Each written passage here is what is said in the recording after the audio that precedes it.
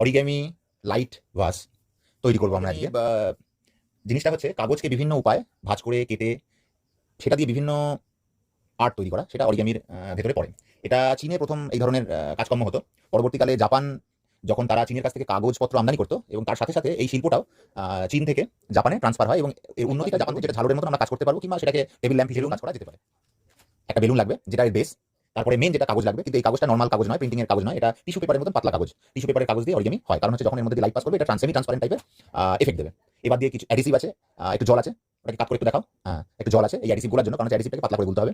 কাঁচি রয়েছে, পেন্সিল রয়েছে এবং একটা সার্কুলার শেপ দেওয়ার জন্য একটা এলিমেন্ট আমরা যতটা সম্ভব বড় করে ফোলানো যায় ততটা করবেন, কারণ হচ্ছে তাহলে আপনার শেপটা ততটাই বড় মার্কিং করে নেবো, সেটা ঠিক মতন ধরে নেবে যাতে কাগজ আমরা গোল করে যে আঁশের মতন, মাছের আঁশের মতন বেলুনের উপরে আমরা আঠা দিয়ে আটকে নেবো যাতে সেটার একটা আকৃতি ধারণ করে নেয়। তারপরে আমরা এম্বালিশমেন্ট করবো এই গোল যে আঁশের মতন কাগজ কেটেছি সেগুলো ঘন রাখবেন না এবং একদম পাতলা করবেন না, এমনভাবে গুলবেন যাতে হাতে একটা চিটচিটে হালকা চিটচিটে ভাব আসে।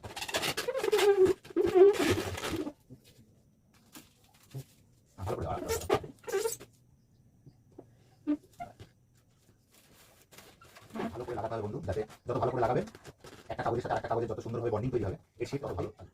যত তাড়াতাড়ি সম্ভব এগুলোকে এরপর সেকেন্ড লেয়ারটাকে লাগিয়ে আমরা আজকে প্রায় 24 ঘন্টা পরে এসেছি। দেখুন এটার পরিস্থিতি কেমন হয়েছে। কালকে যেহেতু কাঁচা আঠা ছিল সেই জন্য বেশি নাড়াচাড়া করা যাচ্ছে না, আজকে পুরো শুকিয়ে গেছে। শুকিয়ে জিনিসটা আমরা একটু কাগজটা লাগাচ্ছি।